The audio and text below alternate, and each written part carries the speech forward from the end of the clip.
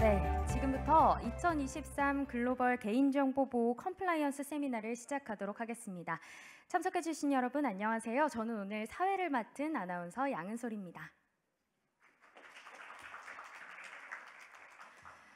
네, 숨가쁘게 달려가고 있는 2023년도 벌써 9월 중순을 지나고 있습니다. 이렇게 세미나로 만나 뵙게 돼서 굉장히 영광이고 감사하기도 한데요. 이번 세미나는 국내 기업의 해외 개인정보 규제 대응 역량을 제고하기 위해서 여러 정책의 성과와 활용 방법을 안내하고 컴플라이언스 실무자 간 다양한 교류 기회를 제공하기 위해서 개최됐습니다. 여러 정책과 방안에 대한 정부 관계자 그리고 국내 기업의 개인정보 컴플라이언스 실무자분들의 발표가 이어질 예정인데요. 본 세미나는 총 3부로 구성됩니다. 1부에서는 개인정보보호 법제 및 정책 동향, 2부는 개인정보 보호 주요 규제 동향 및 대응 방안, 그리고 3부에서는 개인정보 보호 대응 실무 사례로 나눠서 진행되며 행사가 마무리되기 전 경품 추첨도 준비되어 있으니까요. 꼭 끝까지 참석해 주시기 바랍니다. 그럼 먼저 한국인터넷진흥원 개인정보본부 김주영 본부장님의 개회사 및 환영사가 있겠습니다. 본부장님을 큰 박수로 맞아주시기 바랍니다.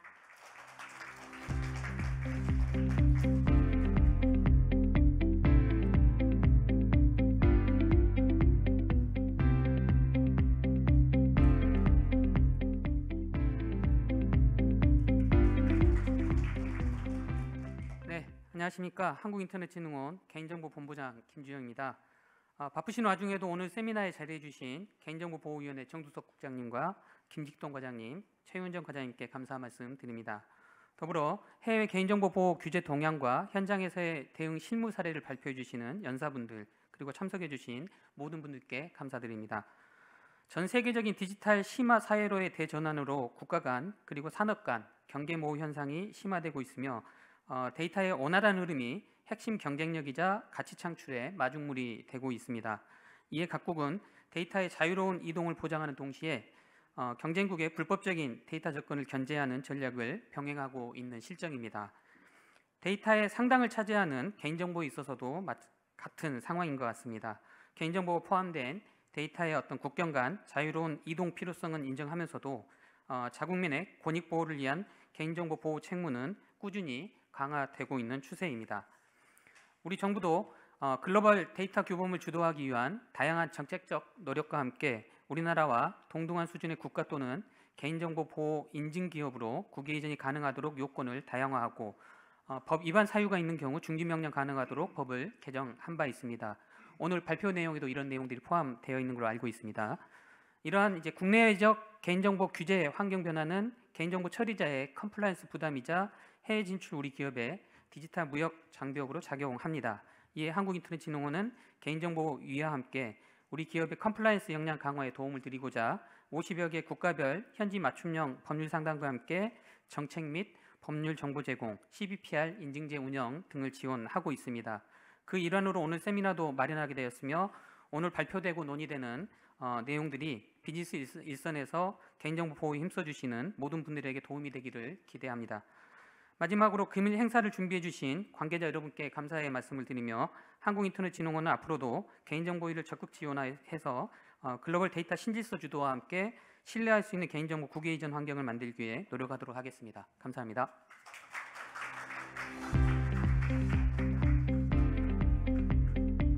네, 세미나의 시작을 함께 해주신 김주영 본부장님께 다시 한번 박수 부탁드립니다. 다음은 개인정보보호위원회 기획조정관 정두석 국장님의 축사가 있겠습니다. 큰 박수로 맞아주세요.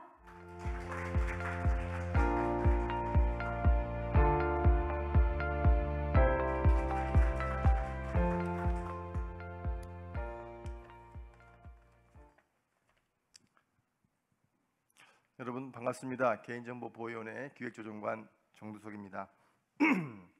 바쁘신 중에도 2023년도 글로벌 개인정보 보호 컴플라이언스 세미나에 참석해 주신 모든 분께 진심으로 감사드립니다. 아울러 행사를 준비해 주신 한국인터넷진흥원 김주영 본부장님을 비롯한 관계자분들께도 감사의 말씀을 드립니다. 2회째를 맞는 올해 세미나는 보다 의미 있는 시점에 개최하게 되었습니다. 지난 2월 국회를 통과한 개인정보보호법 개정안이 내일부터 단계적으로 시행이 됩니다. 이번 개인정보보호법 개정으로 이원화되었던 온오프라인 규제를 일원화하여 법적인 불확실성을 해소하고 디지털 환경이 가속하는 환경 속에서 개인정보 전송 요구권을 신설하여 데이터 경제 시대 기업과 산업이 함께 성장할 수 있는 토대를 마련하였습니다. 특히 글로벌 스탠다드에 부합하고 개인정보 국제 구범을 선도할 수 있도록 체계를 대폭 정비하였습니다.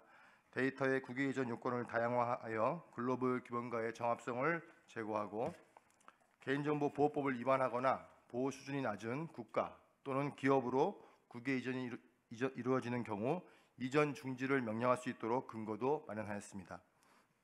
이번 개인정보보호법 개정은 디지털 대전환 시대 혁신적 변화를 선도할 수 있는 중요한 출발점이 될 것입니다. 기업들은 역동적으로 변화하는 환경 속에서 데이터를 안전하게 활용함으로써 세계적 경쟁력을 갖춘 글로벌 기업으로 도약할 수 있게 될 것입니다. 지금 국제사회에서는 인공지능 산업 발전에 따른 새로운 규제 마련의 필요성과 그 구체적 방안 마련을 위해 고심하고 있습니다. 우리 위원회는 지난 6월 AI 국제 컨퍼런스 개최를 시작으로 글로벌 감독기구와의 긴밀한 협력 체계를 구축해 나가고 있습니다. 국제사회의 새로운 개인정보 규제 마련 논의에 우리 기업들의 입장이 잘 반영될 수 있도록 개인정보보호위원회도 적극 참여하겠습니다. 새로운 변화 속에서 기업들이 국민의 신뢰를 바탕으로 활기차게 도약할 수 있도록 저희 개인정보보호위원회가 적극 지원하겠습니다. 아무쪼록 오늘 세미나를 통해 참석하신 기업 담당자분들이 해외 개인정보 규제 대응 업무를 이해하는 데 많은 도움이 되시기를 바랍니다. 감사합니다.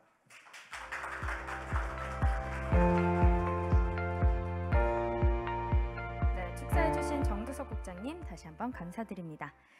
그럼 첫 번째 순서로 개인정보보호위원회 국제협력담당관 최윤정 과장님께서 개인정보보호법 개정에 따른 개인정보 국외 이전 정책에 대해서 말씀해 주시겠습니다. 최윤정 과장님 큰 박수로 모시겠습니다.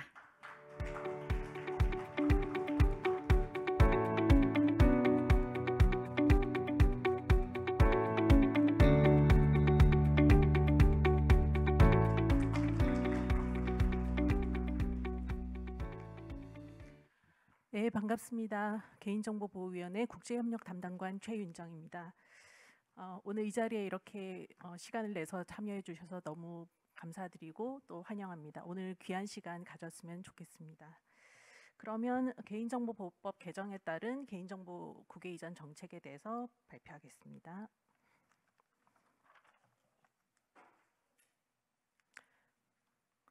네, 발표 순서는 추진 배경 및 개선 방향, 그리고 법령 재개정 추진 경과 및 개요, 개인정보 국외 이전 요건 다양화, 개인정보 국외 이전 안전망 마련 순서로 진행하도록 하겠습니다. 먼저 추진 배경 및 개선 방향입니다. 잘 아시다시피 글로벌 서비스 제공자의 다양한 글로벌 서비스 제공자의 출현과 데이터 이동으로 산업이 매우 글로벌화되고 있고, 이에 따라 데이터 산업의 시장 규모가 매년 큰 폭으로 상승하고 있습니다. 한국데이터산업진흥원의 2022년 발표에 따르면 2022년 글로벌 데이터 산업 시장 규모는 약 660조 원이라고 합니다. 이에 따라 주요 선진국은 데이터 활용 지원을 강화하면서도 또 한편으로 개인정보 안전관리를 위한 법제도를 재정비하고 있는 추세입니다. 미국의 경우를 보면 그 주 차원의 개인정보보호법들 제정들이 이루어지고 있는데요. 이런 제정 논의에 이어서 연방 차원의 개인정보법 논의도 본격화되고 있습니다. FTC 소비자보호국의 FTC의 경우에는 21년 소비자보호국의 프라이버시 분과를 신설한 바 있고, 일본의 경우에는 16년 개인정보보호위원회 출범 이후에 총무성에 속아나가 있던 공공 분야와 그리고 또 개인정보에서 속아나가 있던 민간 분야의 감독 체계를 21년에 일원화하였습니다. EU의 경우에 18년 일반 개인정보보호법을 제정 시행하고 있고요. GDPR로 잘 알려져 있죠. EDPB 및 회원국 감독기구 간 공조 체계를 강화하고 있는 추세입니다. 이런 상황에서 우리 현황을 살펴보면 국경 없는 온라인 상거래 확대 등으로 개인정보의 국외 이전 필요성이 매우 증가하고 있는데 유럽연합의 경우에는 국외 이전을 위해서 다양한 요건들을 허용하고 있습니다. 밑에 그 EU 표시 있는 데를 보시면 이제 EU의 경우에는 정보 주체의 동의 획득 외에도 적정성 결정이라든지 표준 계약 조항, 구속력 있는 기업 규칙, 인증제도, 행동규약 등 다양한 역외 이전 요건을 규정해 두고 있습니다. 이에 따라서 EU의 경우에는 특히 국가 간의 개인정보 수준이 동등한 경우에는 적정성이라는 제도를 운영해서 이전되는 국가, 이전받는 국가의 개인정보 보호 수준이 EU와 비교하여 적정한 수준이다라고 하면은 적정성 결정을 하고 이 경우에는 동의라든지 구속에 있는 기업 규칙이라든지 이런 다른 요건들 없이도 이전할 수 있도록 하고 있는데요. 지금 우리나라의 경우에는 그동안에 정보 주체의 동의를 요건으로 하였습니다. 참고로 EU GDPR과 그리고 영국의 개인정보보호법에 기반해서 EU와 영국은 한국의 개인정보 수준에 대해서 EU나 영국의 개인정보 수준과 동등하다라고 봐서 적정성 결정을 한 바 있고요. 이에 따라서 EU나 영국 시민들의 개인정보는 추가적인 동의 절차나 또 표준 계약이라든지 이런 것들 없이 한국 내로 이전할 수 있는 상황입니다. 이러한 국제 규범들과의 상호 운용성을 강화하고 또 국외 이전을 활성화하는 것과 함께 한편 국외 이전 시에 개인정보 주체의 권리가 침해되지 않도록 안전망을 마련하는 방향으로 개인정보보호법을 개정하였습니다. 첫 번째로 국외 이전 요건을 정보 주체 동의 별도 외에 다양하게 도입하였습니다. 아래 박스에 보시는 바와 같이 정보 주체 별도 동의, 또 법률 또는 조약의 규정이 있는 경우, 그리고 계약 체결 및 이행에 필요한 개인정보 처리 위탁 계약 체결 및 이행에 필요하여 개인정보 처리 위탁 보관을 하는 경우 해당 법정 고지 사항을 개인정보 처리 방침에 공개하거나 정보 주체에게 알리는 경우, 개인정보를 이전받는 자가 개인정보위가 정하여 고시하는 인증을 받은 경우, 그리고 이전되는 국가, 국제기구의 개인정보 보호 수준이 개인정보보호법에 따른 보호 수준과 동등하다고 보호위원회가 인정하는 경우, 이러한 요건들을 신설을 하였습니다. 그리고 이렇게 국외 이전 요건을 다양화하면서 국외 이전에 대한 안전망을 위해서 국외 이전 중지 명령 제도를 신설하였습니다. 개인정보 국외 이전에 따라서 국민 피해가 발생하거나 발생할 우려가 있는 경우에 중지 명령을 할 수 있도록 하였습니다. 법령 재개정 추진 공감 및 계획을 보시면 앞서 국장님께서 말씀하신 대로 9월 15일이면 개인정보보호법 개정 개인정보법이 시행됩니다. 내일부터 이제 시행이 되고요. 이에 따라서 새로운 국외 이전 운영 제도도 시행이 되게 됩니다. 관련하여 시행령까지 모두 정비가 되어 있는 상태이고 국외 이전에 관해서 세부적인 좀 디테일한 규정 내용들을 규정한 고시는 현재 마무리 작업 중에 있습니다. 현재 규계위 심사 단계에 있고 이제 마무리되는 대로 그 위원회 의결을 거쳐서 시행될 예정입니다. 앞서 설명드린 개인정보 국외 이전 제도 변경 사항을 전체적으로 한번 개정 전과 개정 후를 비교를 해보면, 먼저 개정 전에는 기본적으로 일반 개인정보 처리자와 정보통신 서비스 제공자에 대한 규정이 좀 구분되어 있었습니다. 그래서 일반 개인정보 처리자의 경우에는 법 17조 3항에 따라서 국외 이전 제3자 제공에 대해서는 정보 주체 동의를 받도록 하였습니다. 제3자 제공에 대해서 규정하고 있었고, 정보통신 서비스 제공자에 대해서는 특례 규정을 두어서 국외 이전의 세 가지 유형을 규정하면서, 제공하는 형태, 그리고 처리 위탁, 보관, 이렇게 세 가지 유형을 규정을 하면서 원칙적으로 정보 주체의 동의를 얻도록 하되, 처리 위탁이나 보관의 경우에는 개인정보 처리 방침의 이전에 관한 사항을 공개한 경우에는 동의를 따로 받지 않아도 되도록 그렇게 규정을 하고 있었습니다. 이러한 내용이 이제 법 개정이 되면서 온오프라인을 구분하고 있던 내용이 이제 통합되었습니다. 그래서 28조의 8에서 국외 이전에 대해서 규정을 하고 있고요. 국외 이전은 원칙적으로는 금지를 하되 아래 요건들을 갖춘 경우에는 할 수 있도록 허용을 하고 있는데요. 첫 번째가 정보 주체의 별도 동의. 이거는 이제 사실 기존과 사실 동일합니다. 기존에도 별도 동의라는 말을 표시하진 않았지만 별도 동의로 저희가 안내하고 있었고요. 그래서 이거를 법에 명시를 하였습니다. 별도 동의를 하면 국외 이전할 수 있고, 그리고 계약 체결 및 이행을 위해서 처리 위탁 보관이 필요한 경우로서 개인정보 처리 방침을 공개한 경우, 보호위원회가 정하여 고시한 인증을 받은 경우, 국가 또는 국제기구의 보호 수준을 보호위원회가 인정한 경우 등을 새로운 국외 이전 요건으로 규정하였고, 말씀드린 대로 국외 이전 중지 명령을 신설하였는데 국외 이전 관련 규정을 위반했거나 정보 주체에게 피해가 발생하거나 정보 주체에게 피해가 발생할 우려가 현저한 경우를 중지 명령 대상으로 하였습니다. 방금 말씀드린 국외 이전 요건 다양화 내용을 조금 더 상세하게 설명을 드리면, 먼저 첫 번째 국외 이전에 관한 별도 동의인데요. 별도 동의는 앞서 말씀드린 대로 기존에도 동일하게 해석되고 있었는데 이 부분에 대해서 이제 그 해석에 대해 의문을 많이 이렇게 제기를 하는 경우들이 있어서 제3자 제공과 별도로 받아야 된다는 것을 법에다가 명시를 하였습니다.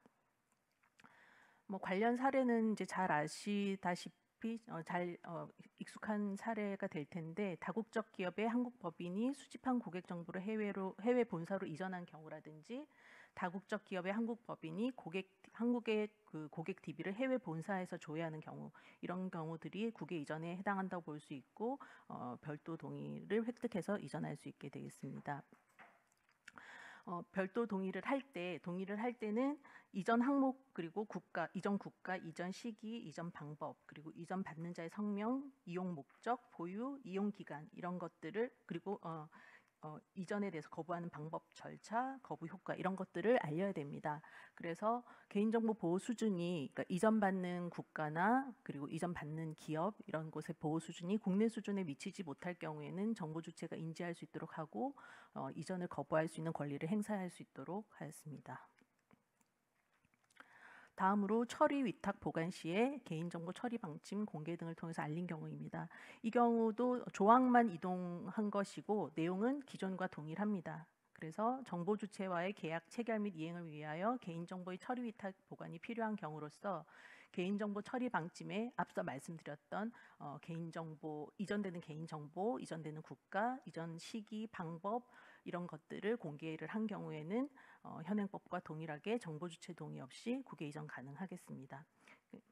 예시 보는 바와 같이 해외 자회사인 콜센터를 설립하고 국내 고객 DB를 이용해서 고객 대응 업무에 대한 처리를 위탁한 경우, 이런 경우에 이렇게 처리 방침 공개를 통해서 정보 주체 동의 획득 없이 이전이 가능하겠습니다. 다음으로 이번에 새롭게 도입된 개인정보 국외 이전 인증입니다. 개인정보를 이전받는 자가 법 32조의 2에 따른 개인정보 보호 인증 등 보호위원회가 정하여 고시하는 인증을 받은 경우에 국외 이전이 가능합니다. 아울러서 이러한 인증에 따라서 국외 이전을 할 때는 개인정보 보호에 필요한 안전조치 및 정보주체 권리보장 조치, 그리고 인증받은 사항을 개인정보가 이전되는 국가에서 이행하기 위해서 필요한 조치들을 아울러서 하여야 합니다. 32조에 따른 개인정보 보호 인증은 잘 아시는 ISMS-P를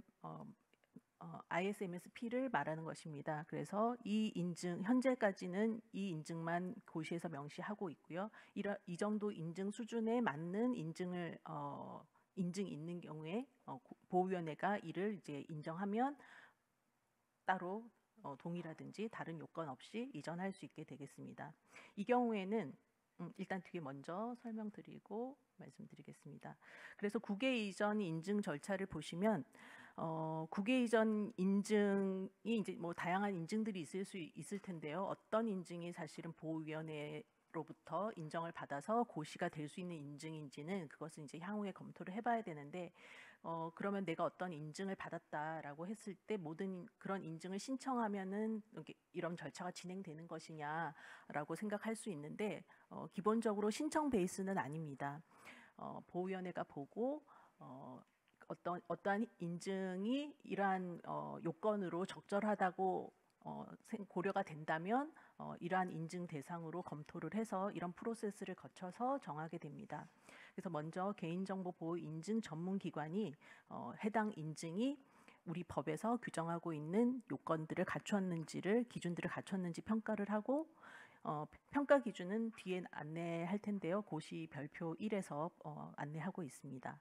그래서 1차적으로 개인정보보호 인증 전문기관에서 평가를 하고 그 내용을 국외이전 전문위원회라고 이번에 이제 신설해서 운영을 하게 될 텐데 국외이전 전문위원회에서 평가를 하고 그 내용에 대해서 관계부처의 정책협의회를 거쳐서 보호위원회에서 최종적으로 심의 의결하게 됩니다. 그래서 거기서 정해지는 인증은 고시에다가 규정을 하게 되고 관보 게재해서 국외이전 인증으로서 활용되게 됩니다. 이러한 인증이 향후의 개인정보 보호 수준이 판단했을 때 이에 미치지 못한다고 판단이 되면 다시 제외할 수도 있습니다. 고시에서 규정하고 있는 인증의 인증 판단 기준은 이러합니다. 이 내용은 기본적으로 우리 개인정보보호법의 처리 원칙이라든지 그 의무들을 규정하고 있는 내용인데요. 참고하시면 되겠습니다. 다음으로 국가 등에 대한 개인정보 보호 수준 인정입니다. 인증하고 인정하고 좀 말이 비슷해서 많이 헷갈릴 수 있는데 인정은 앞서 말씀드렸듯이 이유 적정성 평가와 같은 제도라고 생각하시면 됩니다.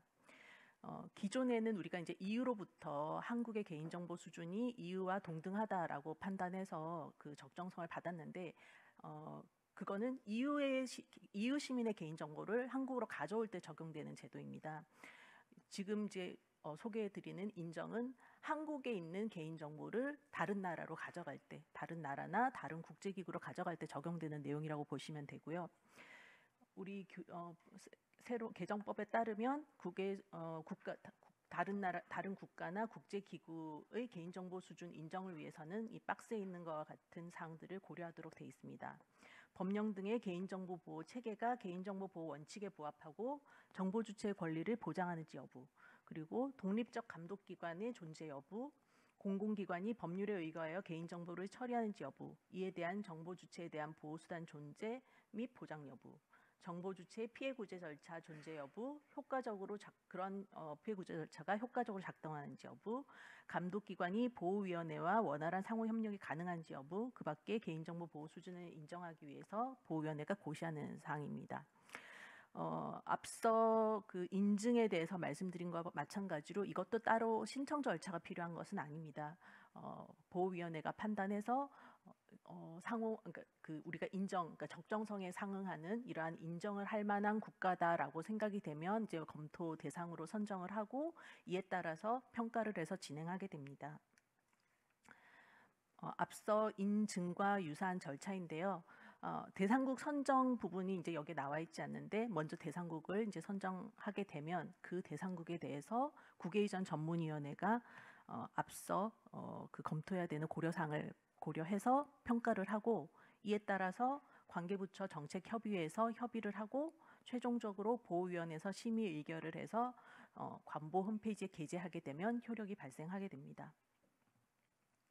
그리고 이러한 그 인정을 할 때 기본적으로는 국가나 국제기구에 대해서 우리나라 개인정보 수준과 동등하다라고 판단해서 인정을 하게 되지만 경우에 따라서는 인정되는 개인정보 범위, 그리고 이전되는 개인정보의 범위, 그다음에 이전되는 또 그 지역의 범위라든지 여러 가지 범위들을 좀 제한해서, 그리고 유효기간이라든지 이런 것들을 제한해서 할 수 있게 됩니다. 다음으로 개인정보 국외이전 안전망 마련에 관한 내용입니다. 이렇게 이제 국외이전 요건이 다양화돼서 국외이전이 좀 더 활성화될 수 있게 되어 있는데요. 이러한 국외이전으로 인해 가지고 또 경우에 따라서는 정보 주체 권리가 제대로 보호 조치가 이루어지지 않았을 경우에 침해될 수가 있습니다. 이에 따라서 국외이전 중지 명령 제도를 신설을 했는데요.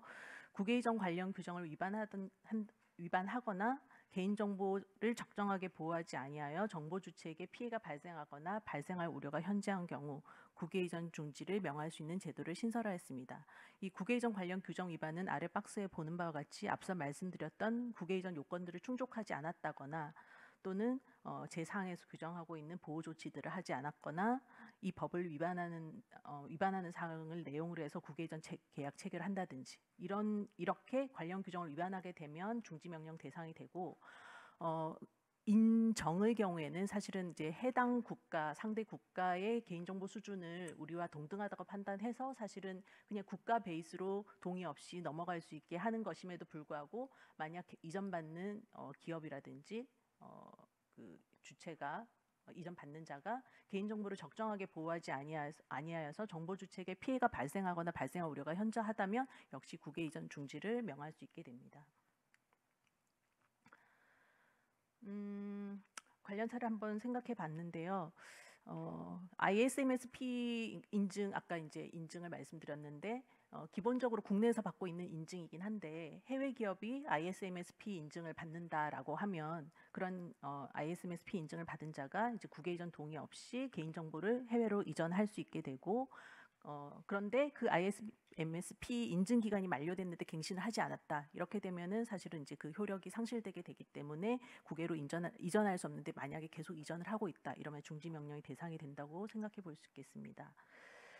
또 국내 기업이 개인정보 국외 이전 인정을 받은 국가에 있는 해외 기업으로 개인정보를 이전하는 과정에서 앞서 말씀드린 대로 개인정보 보호에 필요한 안전 조치를 누락한 사실이 확인된다. 이제 그런 것들이 어떤 침해 사례가 크게 이렇게 나타난다거나 하면 이제 또 인지를 할 수 있게 될 텐데 그러면 국외 이전 중지 명령의 대상이 될 수 있을 겁니다. 다음으로 개인정보 부이전 중지 명령 절차 및 고려 사항인데요. 절차는 또 앞서 그 인증이나 인정의 절차와 유사하다고 보시면 됩니다. 기본적으로 국외 이전 전문위원회에서 평가를 하고 이에 따라서 보호위원회에서 심의 의결하게 됩니다. 국외 이전 관련 규정 위반 여부 및 다양한 사항을 보류해서 판단하는데 아래 보시면 국외 이전 개인정보 유형 및 규모, 그리고 국외 이전 관련 법 위반의 중대성, 정부 주체에게 발생하거나 발생할 우려가 있는 피해가 중대하거나 회복하기 어려운 피해인지 여부, 국외 이전의 중지를 명하는 것이 중지를 명하지 않는 것보다 명백히 정보 주체에게 이익이 되는지 여부, 시정 조치를 통해 개인정보의 보호 및 침해 방지가 가능한지 여부, 정보 주체의 피해 구제를 위한 실효적 수단이 마련되었는지 여부, 중대한 개인정보 침해가 발생하는 등 개인정보를 적정하게 보호하기 어렵다고 인정할 만한 사유가 존재하는지 여부, 이러한 것들을 종합적으로 고려해서 중지 명령을 하게 됩니다. 중지 명령을 받은 경우에는 7일 이내에 이의 제기가 가능하고요. 이의 제기 내용에 대해서는 보호위원회에서 30일 이내에 처리 결과를 통보하게 됩니다.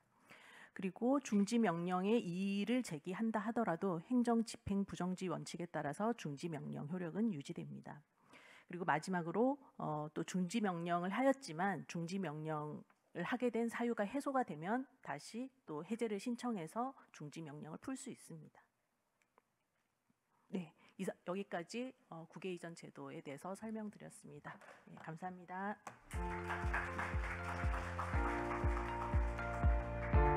네, 개인정보보호위원회 국제협력 담당관 최은정 과장님이셨습니다. 다음으로는 AI와 데이터 프라이버시 국제 컨퍼런스 주요 논의 내용에 대해 개인정보보호위원회 개인정보보호정책과 김직동 과장님께서 진행해 주시겠습니다. 큰 박수로 맞아주시기 바랍니다.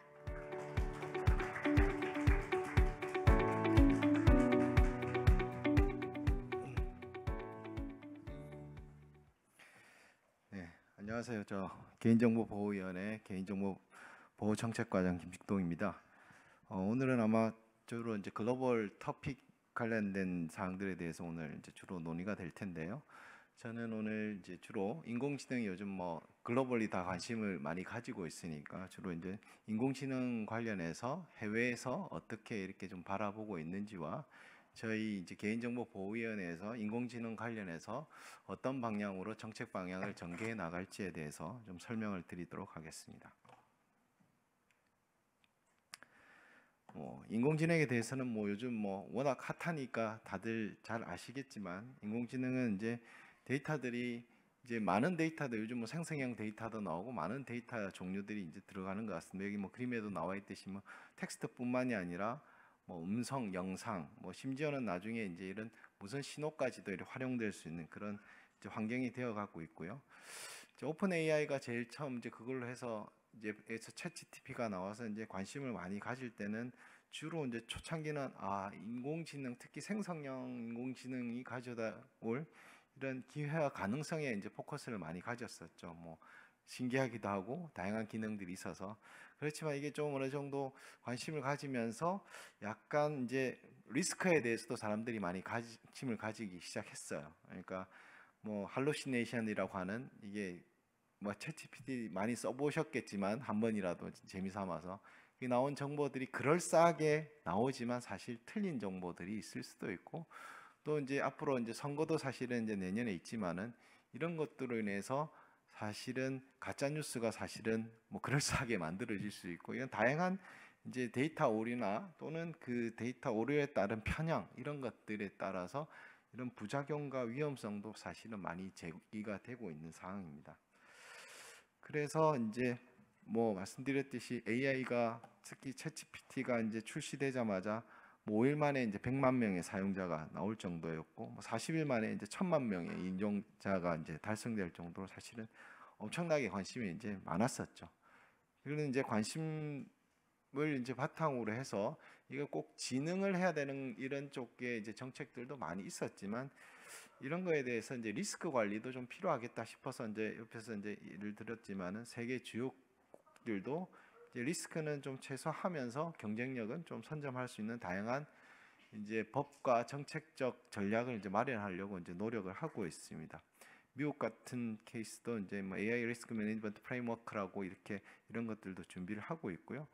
EU도 이제 AI 액트를 조금 만들어서 이미 이제 EU에 통과를 하고 있는데 EU 같은 케이스는 기본적으로 이제 GDPR도 개인정보 보호 수준이 좀 강하지만 AI 액트에서 당기고 있는 것들도 뭐 공공장소에서 뭐 실시간으로 생체 인식을 사용하는 이런 고위험 시스템에 대해서는 완전 차단을 이제 금지하고 있는 등 좀 강력한 이런 것들이 이미 법으로서 이제 이게 진행이 되고 있는 사항들도 있고요. 뭐 프랑스도 이제 EU에서 이제 가장 이런 개인정보 보호에 대해서 좀 선도하고 있는 국가로서 이런 AI에 관한 많은 관심들을 가지고 있습니다. 그래서 이제 그러면은 뭐 데이터 이게 AI가 주로 뭐 데이터 처리 방식에 있어서 좀 어떤 차이가 있는지 좀 살펴보면요. 이제 주로 이제 학습 데이터, 인공지능 기본적으로 이제 학습 데이터를 많이 이제 필요로 하게 되는데요.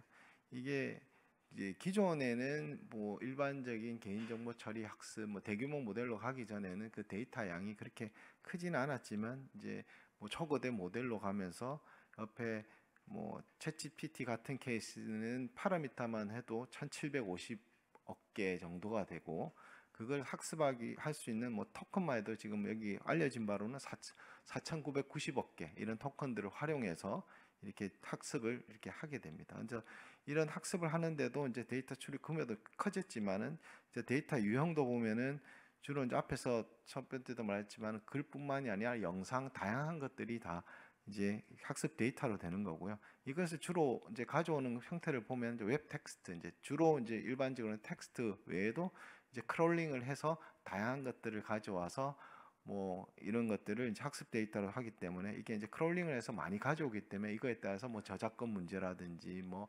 음원이라든지 공개된 정보를 왜 함부로 가져가는지 이런 거에 대한 이제 이슈들이 많이 생기고 있습니다. 그래서 이런 것들에 대해서는 이제 많은 관심을 가지게 되는 거고요.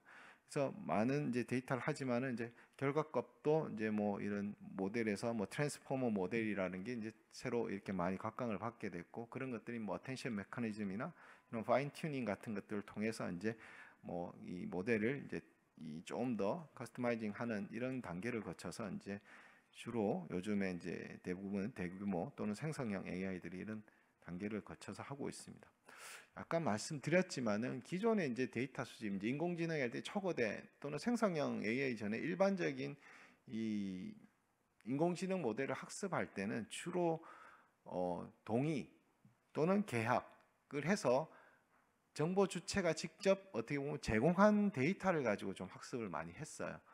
뭐 옛날에 이루다라는 이제 서비스가 좀 문제가 됐을 때도 거기서는 이제 뭐 주로 카톡 데이터 가지고 학습을 했는데 카톡 데이터는 오늘 개인적인 거니까 주로 뭐 이루다 서비스 그러니까 그 스캐터랩에서 하는 서비스에서 제공받은 데이터를 가지고 이렇게 학습을 하게 되고 뭐 법무부 같은 데도 옛날에 뭐 출입국 시스템을 업그레이드하면서 이렇게 하는 것들도 대부분 원래 이제 출입국에서 원래 보유하고 있던 이런 데이터들을 가지고 이제 학습을 하게 됐는데 이제 이거 초거대 AI면서 이런 모델로 가다 보면은 자기가 보유한 이런 데이터 외에도 인터넷에 막 퍼져 있는 데이터들을 이제 많이 사용해서 아까 크롤링해서 이렇게 많이 가져올 수밖에 없는 상황인 거고요. 그래서 데이터가 아마 이렇게 공개된 데이터고 이렇게 산재된 데이터를 하다 보니 그 데이터가 이제 오류나 거짓 정보, 인터넷에 있는 정보가 꼭 정확한 정보는 아니잖아요. 그런 것들이 뭐 개인의 의견이 담겨서 뭐 잘못된 정보들도 있는데 그런 것들이 이제 데이터 학습 단계나 이런 이제 서비스 표출 단계에서 잘못되면은 이제 개인의 아이덴티티로 이제 위협할 수도 있고 뭐 이렇게 딥페이크 같은 이런 데도 많이 활용할 수 있는 이제 우려들이 이제 제기되고 있는 것들이 이제 사실입니다. 그래서 이제 뭐 인공지능과 개인정보 보호 원칙은 사실은 꼭 인공지능만 이런 개인정보 보호 원칙이 적용되는 건 아니고요.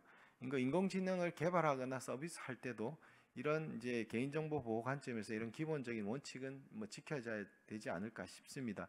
첫 번째 원칙은 이제 목적이 적합해야 된다. 그러니까 정보 주체가 좀 예측 가능할 수 있거나 또는 이제 부당한 권리 침해 가능성을 고려해서 이제 합리적으로 이렇게 데이터를 수집하거나 적용을 해야 된다는 거고요. 그래서 아까 뭐 수집 위에도 이게 인터넷에 공개된 정보를 가져와서 쓰거나 뭐 이렇게 할 수 있는데 그런 것들도 이게 그냥 막 하는 게 아니라 적법한 처리 근거를 가지고 꼭 동의 외에도 다른 뭐 근거들이 있으니까 적법하게 그런 것들을 좀 가지고 개인정보를 처리해야 된다라는 거 또는 이제 데이터 오류나 왜곡 등이 있을 때 정보 주체가 이런 것들을 뭐 삭제를 요구하거나 정정을 할 수 있는 그런 기회들도 충분히 제공돼야 되는 거고요.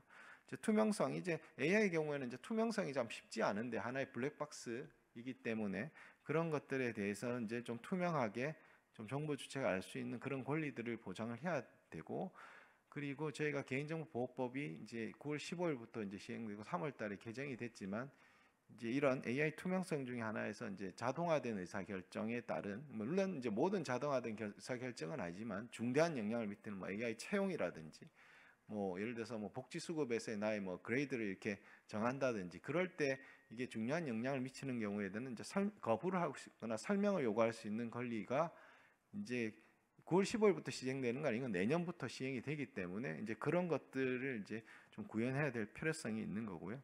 그래서 또 이렇게 AI가 뭐 이렇게 위험 아까처럼 할루시네이션도 있고 다양한 이제 위험성들도 있기 때문에 그런 것들에 대한 이제 위험 기반을 좀 평가를 해서 안전성 확보에 좀 노력을 해야 된다는 거. 말씀드렸듯이 정보 주체의 권리 보장도 이렇게 충분히 보장돼야 된다는 것들이었고요. 이제 이게 6월 그래서 이런 글로벌리 이게 인공지능에 대해서 많은 관심을 가지고 있어서 저희 이제 개인정보보호위원회가 주최로 해서 저희 6월 23일 날 이제 국외 주로 이제 주요 개인정보 감독 기구와 국외 이제 큰 사업자들을 이제 이게 모여서 저희들이 이제 AI와 관련해서 어떻게 이렇게 가버넌스랑 이슈에 대해서 이제 생각하고 있는지 이제 좀 이게 얘기를 나눴고요. 뭐 거기서 뭐 이거를 이렇게 구체적인 것까지 나오지 않았고 지금 초창기 단계이기 때문에 이제 서로 간의 생각들에 대해서 이제 공유를 했던 것을 좀 공유를 드리겠습니다. 그래서 이제 아누팜 이제 챈더 교수가 이제 처음에 발제를 했는데요. 이분은 이제 AI는 하나지만 법은 많을 수 있다. 그러니까 이게 뭐 세계적으로 단일화된 AI 법을 만들기는 쉽지 않을 거다. 그러니까 뭐 예를 들어 오픈 AI 서비스는 글로벌리 이렇게 막 적용하더라도 각 나라별로 법제나 이런 법 환경이 틀리기 때문에 이제 법률은 서로 이제 파편화될 가능성도 사실은 좀 크고 또 이제 이런 경우에 이제 하나의 법제가 만들기 어려울 때는 이제 기존의 이제 인공지능 이제 기존의 개인정보 프라이버시 보호법들도 이런 기본 원칙이 인공지능 이런 기술이나 서비스에도 충분히 적용될 수 있을 것 같다라고 이제 이렇게 이야기를 했고요. 이제 기업들도 이제 실제적으로 AI를 이제 학습하고 이러다 보면 이제 성공 실패 사례 이런 것들이 있을 거기 때문에 이런 것들을 AI 이해관계자들과 공유하는 게 앞으로 꼭 필요할 것 같다. 이런 이제 내용들을 가지고 이제 발제를 했습니다. 그래서 저희가 이제 뭐 1부 세션, 2부 세션이 있었는데 1부 세션에서는 이제 주로 이제 관련된 이런 업체들의 의견들을 좀 들어봤고요. 업체들도 주로 이제 리스크 기반 뒤에 좀 다시 한번 설명드리겠지만 리스크 기반으로 규제를 해야 된다라는 게 있었고 이제 메타 같은 케이스에는 이제 프라이버시에 도움되는 AI 연구를 지금 많이 하고 있고 국가 간 공동으로 이제 기술 중립적 원칙을 마련할 필요가 있다라고 이제 얘기를 했었고요. 삼성전자는 이제 주로 여기도 이제 리스크 기반으로 가야 된다. 뭐 모든 것을 일률적으로 하는 것보다 리스크에 따라서 서로 달리 차등화된 리스크 규제, 그러니까 기반 규제 접근을 해야 된다고 했고, 이게 이제 PET 기술이라고 있습니다. 이제 영어로는 뭐 이게 Privacy Enhancement Technology라서 개인정보 보호 향상 기술인데, 저희가 뭐 가명 처리를 동형암호라든지 뭐 이렇게 해서 프라이버시를 보호하면서도 이렇게 학습할 수 있는 이런 개인정보 보호를 향상할 수 있는 기술들이 있는데, 이제 그런 기술들을 좀 많이 적용을 해서 개인정보 침해 가능성을 좀 줄일 필요가 있지 않느냐를 얘기를 했고요.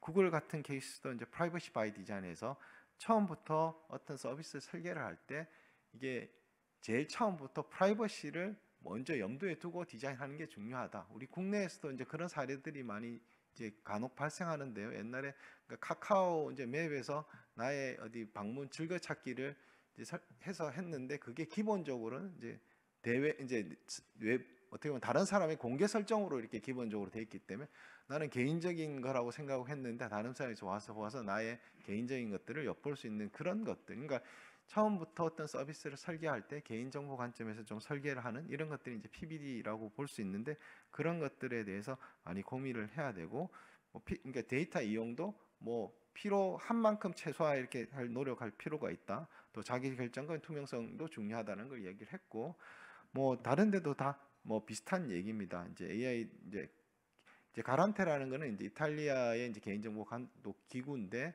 여기는 이제 오픈 AI가 처음에 나왔을 때 아예 중지 명령을 내려서 당분간 중지시키기도 했고 뭐 그런 데인데, 그러니까 이도 이제 이런 뭐 생성형 AI에 대해서는 글로벌 협력들이 필요하고 뭐 이런 얘기들이 좀 많이 했습니다.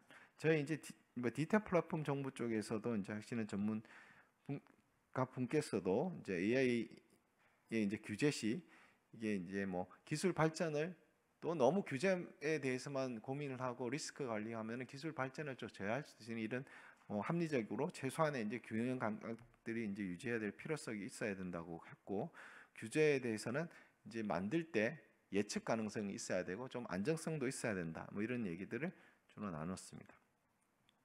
그다음 이제 세션에서는 이제 감독 기구들이 모여가지고 서로의 이제 바라보는 방향들을 이렇게 얘기를 했던 거고요. 이제 영국 같은 케이스는 이제 법 집행 명확성 제공에서 가이드라인이나 이런 것들을 이제 많이 제시할 필요가 있다라고 했고, AI 규제 시 다양한 규제기관 간의 협력이 필요하다. 그러니까 이것도 서비스가 어떻게 보면 이제 다 글로벌리 서비스가 된 하나의 서비스인데, 하나의 나라마다 서로 다른 규제를 접근하게 되면은 이게 뭐 규제를 받는 업체들 입장에서도 힘들지만, 이게 일관된 정책들이 서로 간에 이렇게 잘 맞아야 되기 때문에 AI 규제에서 서로 간에 이제 다양한 규제인 간에 이제 협력을 이제 할 필요가 있다라는 거였고, 저희 개인정보보호위원회 역시 이제 이런 필요성을 해서 이런 컨퍼런스를 해서 이제 서로 이야기를 나눴던 겁니다. 그래서 그리고 독일 같은 경우에도 뭐 정보 주체 권리보장 방안을 마련해야 된다 했고, 한국에서는 뭐 원칙 기반으로 이제 규제를 접근해야 된다. 그러니까 뭐 상세하게 룰을 다 세팅해서 이렇게 뭐 해서 할 수가 없기 때문에, 또는 뭐 뒤에도 다시 한번 설명드리겠지만 AI라는 게 너무나 이제 복잡하고 적용되는 케이스도 다양하기 때문에 이제 원칙 기반으로 규제를 접근해야 되고, 리스크 기반 또 그것도 이제 리스크가 크냐 작으냐에 따라서 서로 다른 접근을 해야 된다는 걸 저희들이 이제 얘기를 했습니다. 일본 같은 케이스는 바로 이 행사 전에 뭐 G7 있었기 때문에 G7 등에서 글로벌 협력 등 이런 것들이 중요하다고 했고, OECD 같은 거에서는 이미 이제 AI 원칙에 대한 이제 공고안 같은 것들을 마련 중이라고 지금 하고 있습니다. EDPS나 이제 EDPB도 뭐 이런 이제 얘기들을 했었고요. 그래서 이제 여기까지는 이제 컨퍼런스에서 이제 나왔던 주로 내용이고, 저희가 이제 꼭 이것만을 다 받아들여서 한 게 아니라 이런 이제 전문가들의 의견, 국제적인 이제 트렌드까지 다 고려해서 저희가 이제 8월 달에 이제 AI 시대 안전한 개인정보 활용 정책 방향을 이제 만들었습니다. 여기서 이제 구체적인 사항들까지 다 정한 건 아니고요. 저희가 이제 앞으로 이런 방향으로 통해서 AI 이제 관련된 정책, 물론 이제 개인정보 보호에 관련된 사항입니다. 뭐 그 인공지능에서는 아까 말했던 저작권 이슈도 있고 윤리 문제 뭐 다양한 것들이 있지만은, 저희가 개인정보 관련해서는 이제 이러이러한 정책 방향으로 끌어나가겠다는 이제 방향을 이제 제시를 했던 거고요. 주요 추진 과제로는 이제 뭐 불확실성 제거를 위해서 이제 원칙 기반 규율을 이제 하겠다라고 하면서 뭐 저희가 그 AI 프라이버시 전담팀을 지금 만들려고 준비를 하고 있습니다. 그런 전담팀을 통해서 좀 원스톱 창구 역할을 하려고 하고 있습니다. 뒤에서 조금 다시 설명드리겠지만 저희가 이제 사전 적정성 검토 제도를 이제 도입하려고 하고 있고요. 그리고 이제 이게 워낙 민간을 위주로 돌아가는 서비스고 하다 보니 저희가 뭐 공무원들끼리만의 정책은 분명히 한계가 있기 때문에 민간 협력을 통해서 저희들이 분야별 가이드라인 이런 것들을 좀 만들려고 하고 있고요. 그래서 이제 AI 프라이버시 민간 정책 협의회를 저희들이 구성해서 각 분과에 맞춰서 저희들이 이제 가이드라인을 좀 만들려고 하고 있고요. 그리고 이제 뭐 뒤에 다시 좀 설명드리겠지만 단계별로 개인정보 처리 기준에 대해서 좀 구체화를 했지만 이게 뭐 아주 디테일하게 나온 건 아니고 이제 원칙들을 이렇게 이야기를 하고 저희가 필요한 분야에 대해서는 이제 가이드라인이나 이런 걸 만들려고 하고 있습니다. 그래서 또 국제적인 이제 공조 체계가 아주 중요하다고 저희들이 이제 생각을 하고 있습니다. 그래서 뭐 저희들이 이제 AI 기술 속도는 이제 아주 빠르게 지금 뭐 발전을 하고 있고 데이터 처리 복잡성도 아까 분명히 뭐 기존에는 제공받은 것들 위주에서 다양한 소스들이 있고 AI도 적용하는 분야가 뭐 초거대 AI를 활용해서 또 이제 이런 응용 서비스들이 많이 나오기 때문에 저희들은 이제 뭐 규정 중심에서 이제 이거 이제 원칙 중심으로 전환이 이제 필요하다는 것들 이런 것들 해서 AI 팀을 만들어서 이런 리스크를 좀 해소하겠다고 저희들이 생각을 하고 있는 거고요. 그래서 이제 만약에 이제 사업자들이 이게 뭐 우리가 원칙은 이렇게 제시했지만 인공지능 서비스를 설계할 때 우리는 이러이러 뭐 데이터를 이렇게 쓰고 이러이러한 구조를 통해서 이러이러한 게 나온다라고 했을 때 사실은 이제 어려운 게 많아요. 또 개인정보보호법도 사실은 쉽지가 않은 거기 때문에 그래서 사업자가 예를 들어서 AI 팀에 이제 약간 문의를 하게 되면은 저희가 이게 단순한 이제 법 해석 정도로 해석하면은 저희가 바로 이런 거에 대해서 법적인 해석을 해서 이거는 뭐 이럴 때 안내를 하게 될 거고요. 근데 이제 그 사업 계획서나 이런 걸 봤을 때 이런 사업들은 AI들은 분명히 규정에 조금 위반되거나 금지된 내용들이 있으면은 저희가 무조건 이걸 뭐 안 된다고 하기보다는 저희가 현재도 규제 샌드박스라는 제도가 있습니다. 그 규제 샌드박스 내에서 이게 뭐 실증을 한다든지 뭐 임시 허가를 한다든지 이런 것들을 좀 테스트하거나 뭐 할 수 있고 그 동안에 뭐 규정의 정비라든지 이런 게 필요하면은 바꾸는 이런 이제 형태로 진행을 하려고 하고 있고요.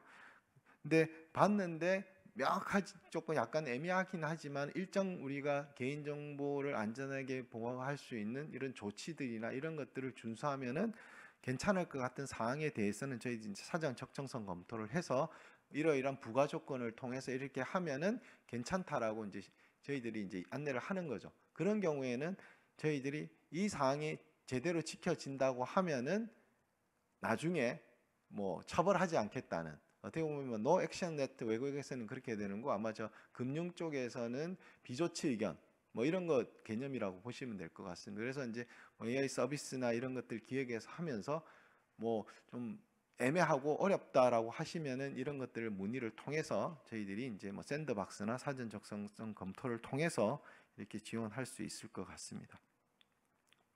그리고 AI 단계별 이제 개인정보 처리 기준을 좀 구체화했는데요. 그 기획설계에서는 아까도 잠시 설명드린 PBD 원칙을 좀 지키는 게 필요하다라는 거 처음부터 이게 분명히 AI는 블랙박스이기 때문에 예측 못한 이런 것들이 분명히 발생할 수 있기 때문에 단계별로 어떠한 위험이 있는지 미리 그 리스크 어세스먼트를 좀 해서 뭐 이런 것들에 대해서 어떻게 대응할 건지에 대해서도 좀 고민을 할 필요가 있다라는 거고요.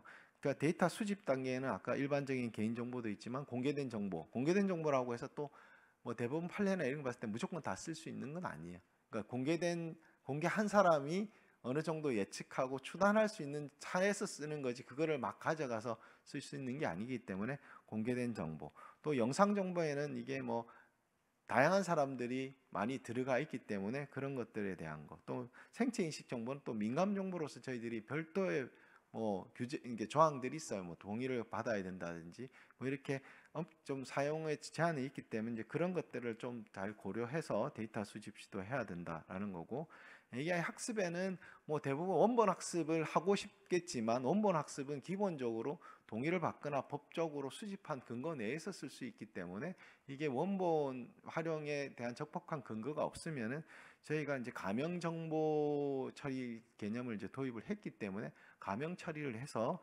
AI 이런 뭐 학습에 이렇게 활용할 수 있는 원칙이 있으니 이렇게 하거나 아까 앞에 설명드렸지만 PET를 적용해서 이렇게 보면 어떻게 보면 가명 익명 처리가 된 거기 때문에 그런 상태에서 학습을 하기를 이제 권장을 하는 거고요. 그다음에 이제 서비스 제공 단계에는 아까 말씀드린 때 뭐 투명하게 돼야 되고 이런 걸 잘 알려야 되거든요. 정부 주체가 이러이런 AI 서비스는 뭐 좀 아주 디테일하게 이야기를 할 수는 없겠지만 뭐 이러이러한 단계를 거쳐서 뭐 이렇게 될 수 있고 뭐 나의 정보 주체가 만약에 이런 거에 대해서 좀 뭐 피해가 있다고 생각했을 때 이러이런 뭐 방법들, 거부 방법이나 뭐 이런 이제 뭐 삭제 대응이라든지 이런 것들에 대해서 잘 안내할 수 있는 권리 행사를 좀 보장하는 것을 저희들이 이제 얘기를 하고 있습니다. 그래서 아까 말씀드렸듯이 저희가 민간의 협력을 통해서 이런 것들을 만들어내가는 것이 중요하기 때문에 저희가 AI 이제 프라이버시 민간 정책 협의회에서 이제 세계 분과를 지금 이제 만들려고 준비를 이제 할 거고요. 그래서 데이터 처리 기준. 그래서 아까 공개된 정보 수집할 때 어떻게 좀 해야 될지 이런 것들을 앞으로 좀 마련할 거고요. 또 꼭 법에 뭐 동의가 이제 일반적으로 많이 하지만 동의가 아니더라도 정당한 이익, 그러니까 개인정보 처리자의 정당한 이익이 뭐 정보 주체 이익보다 이제 더 큰 경우에는 뭐 이렇게 쓸 수가 있는 그런 조항들이 있기 때문에 정당한 이익에 이제 이런 것들을 어떻게 평가를 해서 쓸 수 있는지 이런 것들에 대해서 이야기를 하는 거고요. 그러니까 리스크 평가 관련해서 이제 규제 샌드박스의 이제 사례를 분석해서 우리가 어떤 이제 것들은 규제 샌드박스로 할 수 있을지 또는 좀 더 현재 규제 샌드박스 좀 더 어떤 것을 좀 더 완화하거나 할 수 있는지 이런 것들을 좀 분석할 예정입니다. 그래서 그런 것들에서 유형별로 또 샌드박스에 나왔던 뭐 다양한 유형이 있을 텐데 그런 것들에 대해서 리스크 평가 요소를 조금 만들 생각입니다. 그리고 이제 그러니까 투명성 확보가 있으나 아까처럼 저희가 자동화된 의사결정에 대해서 설명도 해야 된다고 했는데 이런 설명 가능한 AI를 구현하려면 어떤 것들을 이제 고민해야 될지 이런 것들, 이용자의 권리 방안 이런 것들에 대해서도 계속 이런 민간 협의회를 중심으로 해서 저희들이 준비해 나갈 거고요. 그래서 지금 생각하고 있는 저희들이 이제 구체적인 기준 이제 가이드라인을 이제 뭐 6개 정도 이렇게 나열을 했는데요. 기존에 이제 텍스트 뭐 엑셀 파일에 있는 것들을 주로 저희들이 이제 정형 데이터라고 하는데 텍스트도 막 괜히 이렇게 막 손으로 쓴 것들은 이제 비정형 데이터입니다. 사람들 쓰는 것마다 다 포맷이 정해져 있기 때문에 이런 텍스트뿐만이 아니라 이미지, 뭐 영상, 다양한 음성들의 이제 비정형 데이터를 어떻게 아까처럼 뭐 학습을 할 때 가명 처리를 해서 쓰는 걸 권장했을 때 이런 것들을 가명 처리를 하려면 어느 정도 수준을 어떻게 해야 되는지에 대해서 저희들이 준비를 하고 있고요. 그리고 생체 인식 같은 케이스들은 아까 민감 정보에 대해서만 저희들이 민감 정보 안에 생체 인식 정보 하나가 있다라는 정도만 되어 있지만 아까 EU 같은 케이스는 AI 액트에서 뭐 공개된 장소에서 실시간으로 안면 인식을 해서 뭐 식별하고 이런 것들을 금지하고 있는데 뭐 이런 것들에서 실시간 이제 얼굴 인식 이제 제한을 하는 이런 것들에 대한 것들도 별도로 좀 하고 생체 민감 정보라는 것은 좀 중요하기 때문에 좀 별도의 우리가 보호 체계를 좀 가져가기 위해서 이런 이 별도의 규율 체계를 좀 준비하려고 하고 있습니다. 그리고 아까 말씀드린 공개된 정보에 대해 활용 시 어떻게 뭐 이렇게 활용할 수 있는 기준을 좀 제시하려고 하고 있고요. 이번 법에서도 이제 이동형 기기에 대한 조항들이 사실은 들어왔습니다. 이제 이동형 기기라는 게 현재는 뭐 과속 단속 카메라나 사거리에 보면 그런 고정된 CCTV에 대한 규정만 있었는데 뭐 자율주행이라든지 뭐 드론이라든지 이렇게 이런 것들이 많이 이제 되고 하다 보니 이동형으로 이제 촬영하는 그런 거에 대한 이제 입법 미비 사항들이 있어서 기존에는 규제 샌드박스를 통해서 허가를 해줬는데 이제는 이제 법으로서 이제 시행이 돼서 이제 규제 샌드박스 없이 뭐 이런 것들을 촬영 사실 표시 이제 옵트아웃 형태로 해서 그런 것들을 이제 활용할 수 있는 사례가 있었는데 그렇게 이제 이동형에 사용했을 때 이런 것들에 대해서 이제 수집된 정보라든지 이런 걸 또 마음대로 쓰면 안 되니까 어떻게 기준을 통해서 활용할 수 있을지 이런 것들도 저희들이 제시를 하려고 하고 있고요. 그리고 투명성 확보 차원에서 아까 말씀드렸지만 출처나 수집 방법을 어느 정도로 공개를 해야 될지 뭐 이런 것들에 대해서 권리 행사 방법에 대해서도 좀 안내를 하려고 하고 있고요. 이것도 이제 PET 기술 중에 하나인데 이제 뭐 합성 정보, 그러니까 그 직접 수집한 정보의 통계적 특성은 그대로 가져가면서 이게 이제 비슷한 이제 데이터를 이제 만들어내는 거죠, 가짜 데이터. 근데 이제 AI가 학습할 때는 통계적 특성이나 이런 것들은 분명 유효하기 때문에 이런 합성 데이터가 많이 이제 활용되는 게 유용할 수 있는데, 이런 것들의 활용에 대해서 저희들이 어떻게 활용하게 대해서도 저희들이 좀 만들어서 안내할 생각입니다. 그래서 저희 이제 개인정보보호위원회가 사실은 출범한 지 이제 거의 만 3년 정도 이제 됐고요. 뭐 작지만 이제 해야 될 일도 많지만 저희들이 이제 뭐 AI 특히 개인정보 분야를 비롯 모든 전 분야에서 특히 이제 AI를 포함해서 저희들이 이제 국제규범을 좀 마련을 해서 선도하려고 하고 있고, 해외에서도 사실은 뭐 EU가 잘한다고 했지만 EU는 사실 원칙만 이야기하고 규제 뭐 처벌은 엄청나게 강화하고 있는데 좀 디테일한 것을 이야기하는 스타일은 아니기 때문에 저희 나라를 좀 예의주시를 많이 하고 있습니다. 그래서 저희들이 이런 것들에 대해서도 이제 국제 규범을 이제 좀 선도하려고 하고 있고, 이제 글로벌 뭐 AI 사업자하고도 소통까지도 이제 잘 해서 이런 뭐 국내에서만 없지 않고 그러니까 글로벌 환경에서도 우리나라가 잘 대응하면서도 뭐 정보 주체 권리가 잘 보장할 수 있도록 앞으로도 계속 노력할 예정입니다.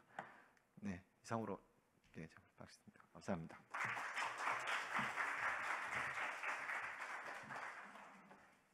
네, 개인정보 보호 정책과 김직동 과장님이셨습니다.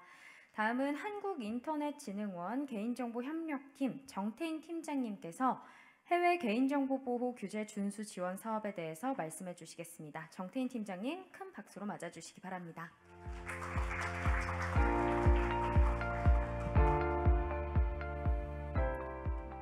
네, 오늘 저기 와주셔서 너무 감사드리고요. 저기 한국인터넷진흥원 개인정보협력팀 정태인이라고 합니다. 먼저 한 두 가지 정도만 좀 공지사항 말씀드리고 오늘 발표드리겠습니다.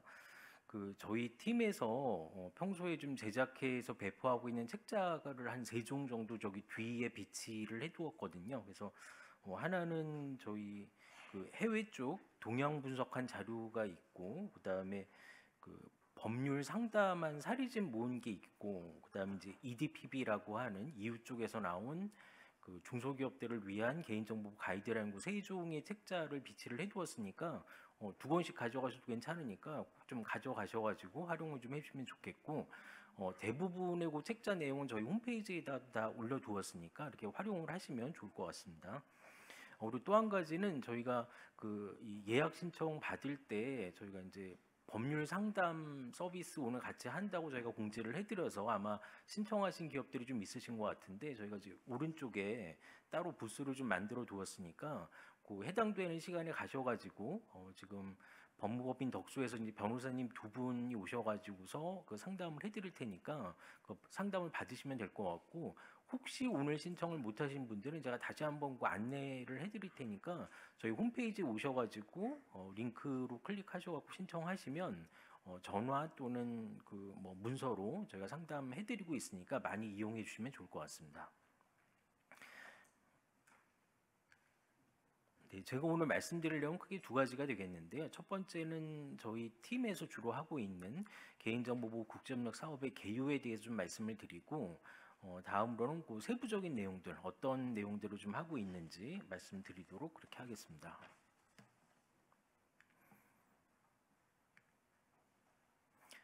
네, 저희 팀에서 이제 주로 하고 있는 업무는 크게 2가지 방향으로 하고 있다고 보시면 될 것 같은데요. 이제 첫 번째는 이제 해외에서 우리 국민들의 개인 정보가 이렇게 안전하게 잘 보호가 되고 있는지, 유출에 대한 또는 뭐 불법적인 매매에 대한 예방이라든지 그런 보호를 하고 있는 그런 업무를 하고 있는 게 큰 한 축이 되겠고요. 또 한 축은 이제 한국 기업들, 우리나라 기업들이 요즘은 이제 해외로 진출을 많이 하시니까 해외로 진출을 하셨거나 진출을 예정 중인 그런 기업들이 현재 개인정보 관련된 규제 관련해서 어떻게 잘 규제를 지키실 수 있는지, 그거에 대해서 저희가 지원을 해드리는 2가지 방향으로 저희가 지금 업무를 하고 있고, 지도에도 지금 표시를 좀 해두었는데, 저희가 이제 이러한 업무를 하기 위해서 중국의 베이징에 이제 한중 인터넷 협력 센터를 이제 운영을 하고 있고, 독일의 경우에는 이제 프랑크푸르트 부근인데 애쉬본이라는 곳에 EU 개인정보보호 협력센터를 이렇게 운영을 해서 말씀드린 그런 그 두 가지 방향으로 업무를 좀 하고 있습니다. 그다음에 이제 그 밑에 6가지는 저희가 이제 실제적으로 하고 있는 그런 어떤 큰 업무들을 저희가 좀 구분을 해놨는데요.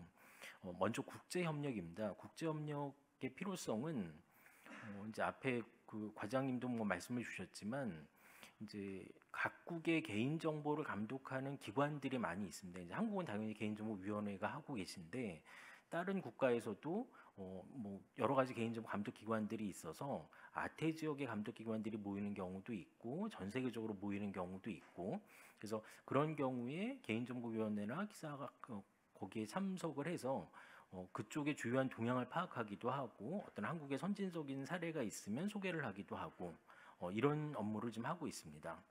그다음에 두 번째는 정책 연구가 되겠는데요. 이런 국제 협력을 하기 위해서는 중요한 그런 그 뭐 안건들 논의되는 내용들을 저희가 좀 사전에 좀 확인을 하고 좀 연구를 해서 어떤 좀 충분한 지식을 쌓은 다음에 가서 이렇게 안건에 대해서 대응하는 것이 필요하기 때문에 그런 정책 연구도 지금 같이 하고 있고 그다음에 세 번째는 이제 동향 분석입니다. 그 뭐 관심 있으신 분들은 아시겠지만 지금 세계 각국에서 굉장히 빠른 속도로 개인정보 관련된 법이나 제도를 제정하기도 하고 개정하기도 하고 또 이제 실제로 이제 법 위반에 대해서 집행한 사례들이 여러 가지 나오고 있기 때문에 그 여러 가지 사안들 중에서 중요한 것들을 좀 저희가 파악을 해서 분석을 해서 분석 보고서 형태를 만들어서 저희가 이제 홈페이지에 게시를 하는 그런 형태로 동향 분석 업무를 하고 있습니다. 다음 네 번째는 이제 제도 운영이 되겠는데요. 저희가 이제 그 APEC에서 나온 CBPR이라고 하는 인증 제도를 직접 운영을 하고 있고 그리고 이제 그 적정성 결정 관련돼서 실제로 이제 적정성 결정에 그 대응하는 주체는 개인정보위원회가 되겠지만 저희가 관련된 여러 가지 지원 업무를 같이 좀 하고 있습니다.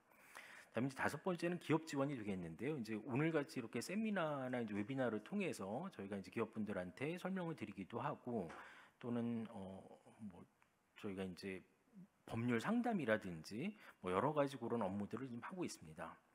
다음에 이제 여섯 번째는 이제 국민 지원이 되겠는데요. 특히 그 한국인들의 개인 정보가 이렇게 불법적으로 매매가 좀 이렇게 많이 되고 있는 곳이 이제 중화권입니다. 아무래도 이제 한국어를 좀 할 수 있는 그런 조선족 분들이 있다 보니 그쪽에서 개인 정보를 불법적으로 매매를 하고 그 매매된 개인 정보를 이용을 해서 한국인들을 대상으로 이제 어떤 보이스피싱 같은 그런 그 범죄를 저지르고 그래서 그런 관련된 내용들을 저희가 탐지하고 대응하는 업무를 이제 하고 있습니다. 네, 그럼 좀 세부적인 내용에 대해서 좀 제가 말씀을 드리겠습니다.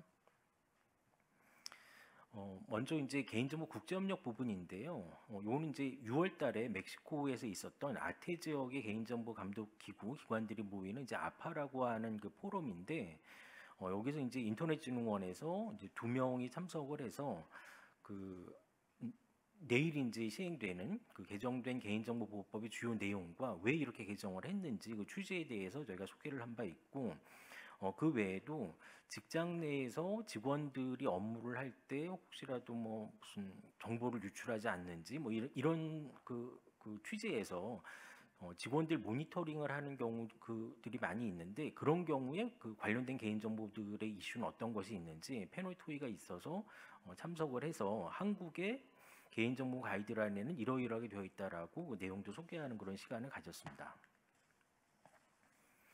다음 이제 해외 개인정보보 그 동향 분석이 되겠는데요. 저희가 이제 2개 홈페이지를 운영을 하고 있는데 하나는 EU향으로 해서 GDPR이라고 하는 홈페이지를 하나 운영을 하고 있고 비EU권 국가들을 대상으로는 저희가 이제 개인정보보 국제협력센터라고 해서 이렇게 홈페이지를 만들어서 여기에 그 해당 국가의 법률, 그다음에 행정 체계, 그다음에 이제 피해 구제 뭐 체계라든지 그다음에 실제로 법을 위반한 사건 사례 동향 자료 같은 거 이렇게 올려두고 있고 올해는 여기다가 조금 더 추가해서 국외 이전을 하기 위한 그런 관련된 조항들, 그다음에 개인정보 처리자의 의무사항 뭐 이런 내용들을 좀 더 추가해서 지금 여기다가 올리고 있고 현재는 뭐 그 대륙별로 이렇게 해서 총 33개 국가 정도의 정보를 여기서 제공을 하고 있습니다. 그리고 이제 오른쪽에 보면 저희가 이제 동향 분석한 그 보고서의 그 샘플을 저희가 좀 넣어두었는데요. 그 아일랜드의 개인정보 감독기관 DPC라고 하는데 여기에서 그 메타에 대해서 굉장히 높은, 그러니까 뭐 이쪽에서 나오는 거는 이제 그런 느낌이 드는데 매번 이게 나올 때마다 저기 최대 과징금이 부과됐다. 또 뭐 사상 최대의 과징금이 부과됐다는 식으로 자꾸 이제 과징금 액수가 올라가는 경향이 있는데 현재까지 나온 것 중에서 최대 과징금 부과 사례를 저희가 정리를 해가지고 이렇게 홈페이지에 올려두었으니까 오셔가지고서 이 내용 좀 참고하시면 좋을 것 같습니다. 네, 다음은 이제 그 두 개 협력센터에 대해서 말씀을 드리겠는데요.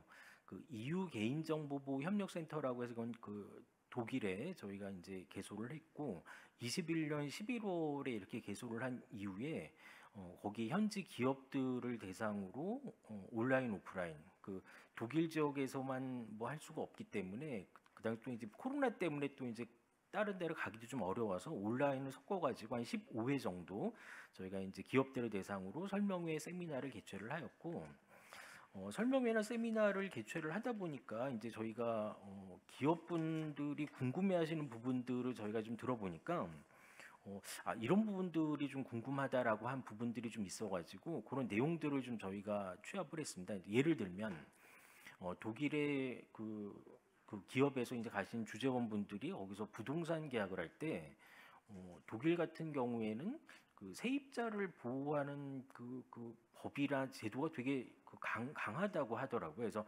한번 세입자를 들이고 나면 엔간해서는 이제 세입자를 못 내보내는 그런 부분이 있기 때문에 집주인 입장에서는 굉장히 많은 정보를 요구를 해서 정말 이 사람이 믿을 만한 세입자인가를 확인을 하는데, 그러니까 이제 한국에서 이 뭐 임대차 계약을 맺어본 사람들 입장에서는 뭐 간단하게 뭐 이렇게 신분증이라든가 주민등록 등본만 내면 됐는데 여기서는 마치 무슨 여기 표현은 면접을 한다 그래요. 집주인이 면접을 하면서 가족 관계부터 시작해서 뭐 채무 관계 뭐 이런 거를 다 그 확인을 하는데 이게 정말 개인정보보호법에 근거해서 GDPR에 근거해서 이게 가능한 것인지 정말 이런 서류를 다 내도 되는 것인지 뭐 이런 식의 이제 질문들도 있었고 그다음에 이제 그 근무하던 직원이 퇴사를 했는데 퇴사한 직원이 내가 근무하던 도중에 내가 보낸 이메일 주고받은 이메일 내역을 내가 다 보고 싶다 가져가고 싶다 뭐 이제 이런 거를 문의하는 경우도 있다고 하고 그래서 그런 내용들이 거기 기업에 계신 분들이 좀 판단하기가 어렵다는 그런 좀 질문들이 있어서 그런 내용들을 저희가 받아서 독일의 이제 개인정보 감독기관에 이제 문의를 해서 내용들을 좀 저희가 답변을 받고 정리를 하고 필요 자료들을 번역을 해서 저희 그 GDPR 홈페이지에 EU 센터를 따로 컬럼 그 페이지를 만들어서 거기에 좀 올려두고 있습니다.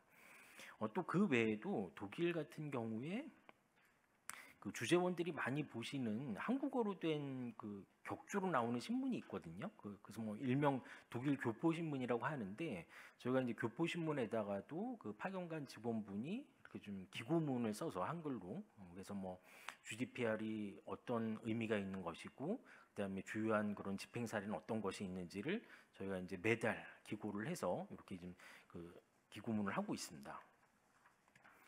네, 다음은 중국 사례로 좀 말씀을 드리겠는데요. 잠깐 앞에 서두에서도 말씀을 드렸다시피 중국에서 한국인들 개인정보가 되게 이제 활발하게 매매가 되고 이게 범죄로 이어지고 있는데 최근에 2023년 1월에 이제 LG U+에서 해킹된 개인정보가 이렇게 뭐 판매된다라는 그런 그 뉴스도 나오고 했었는데 저희가 이제 그 탐지 시스템을 운영을 하고 있는데 거기에서 그 텐센트라는 그 기업이 운영하고 있는 그 이용자들이 이제 그 올릴 수 있는 그 홈페이지에 LG U+에서 해킹된 개인정보를 내가 가지고 있다. 그러면서 이제 샘플 페이지도 만들었어요. 그래서 샘플 페이지를 이렇게 누르면 실제로 한국인들 개인정보가 이렇게 볼 수 있도록 하는 샘플 페이지도 보여주고 관심이 있으면 나한테 연락을 하면 내가 전체 데이터를 다 판매를 하겠다. 그러면서 전체 데이터를 6비트코인에 팔겠다. 한국 돈으로 한 2억 원 정도가 되는데 이걸 팔겠다라고 해서 이제 이거를 저희가 들어 확인을 해보니 이제 가짜가 아니라 정말 그 유출됐을 것으로 의심되는 정보가 있어서 그래서 바로 다음 날 저희가 신속하게 한국인터넷진흥원하고 협력 관계에 있는 중국 인터넷 협회를 통해서 그 삭제를 요청을 해서 이제 3시간 만에 삭제를 한 그런 사례가 있었습니다. 다음으로 이제 중국에서도 저희가 기업들 대상으로 세미나를 계속 하고 있는데요. 1회하고 2회는 총 4회를 계획하고 있는데 1회는 그 뭐 맥주로 유명하지만 칭다오에 가서 그 저희가 그 했고 2회째는 난징에서 했었고 3회는 지금 북경에서 준비를 하고 있고 4회째도 저희가 준비를 해서 공지를 할 예정입니다.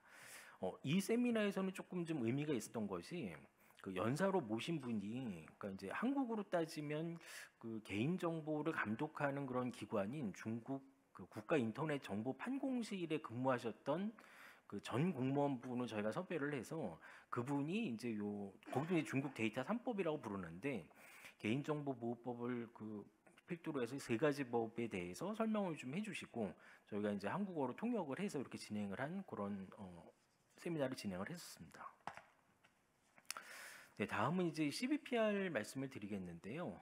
CBPR은 이제 APEC에서 2011년에 만들어졌고 그 개인 정보를 국가 간에 이전을 해서 활용을 해야 될 필요성은 많이 있는데 각국의 법률과 제도가 너무 상이하다 보니 최소한의 요건들을 좀 뽑아보자라고 해서 이제 50개 정도의 이제 인증 기준을 뽑았고 그래서 50개의 인증 기준을 가지고 인증을 부여해서 이 인증을 가지고 있으면 최소한의 요건을 갖추고 있으니 개인정보 국외 이전을 할 때 각 국가에서 규제하고 있는 그 법에서 국외 이전 요건으로 하나를 좀 활용을 하는 쪽으로 하자라고 해서 이제 시작을 한 것이고 이거는 이제 미국이 주도를 해서 시작을 했습니다. 그래서 현재까지 이제 8개국 APEC 그 기준으로 하면 8개국이 해서 그 면면을 보시면 다 이제 미국하고 친한 국가들 위주라고 보시면 됩니다. 그래서 미국이라든지 뭐 일본이라든지 싱가포르, 대만, 그다음에 캐나다, 호주, 멕시코, 필리핀 이렇게 되어 있고 그 인증서를 발급한 건수 그 기준으로 하면 미국이 가장 많고요. 1위가 되겠고 2위가 싱가포르, 3위가 이제 한국이 8건을 발급을 해서 3위까지 이제 올라왔고요. 4위가 이제 일본이 됐고 나머지 국가들은 아직은 인증서를 발급을 안 하고 있는 그런 상황입니다. 여기서 조금 그 말씀드리고 싶은 거는 이제 그 CBPR이 APEC이라고 하는 아태 지역을 중심으로 하다 보니 이렇게 확장을 하는 데 있어서 조금 좀 제약이 있습니다. 미국 입장에서는 아태 지역에 있는 국가들 외에 다른 국가들로도 이걸 좀 확장을 하고 싶은 그런 생각이 계속 드는데 이 APEC이라고 하는 곳이 아태 지역이라고 하는 어떤 지역적인 한계가 있다 보니까 어떻게 하면 확장을 할 수 있을까라고 고민을 하다가 그래서 나온 것이 이제 글로벌하게 좀 확장을 해보자. 그래서 이름도 글로벌 CBPR 포럼이라고 짓고 이렇게 이 APEC에서 좀 나와서 이 포럼을 통해서 좀 이렇게 확장을 하려는 그런 노력을 하고 있고.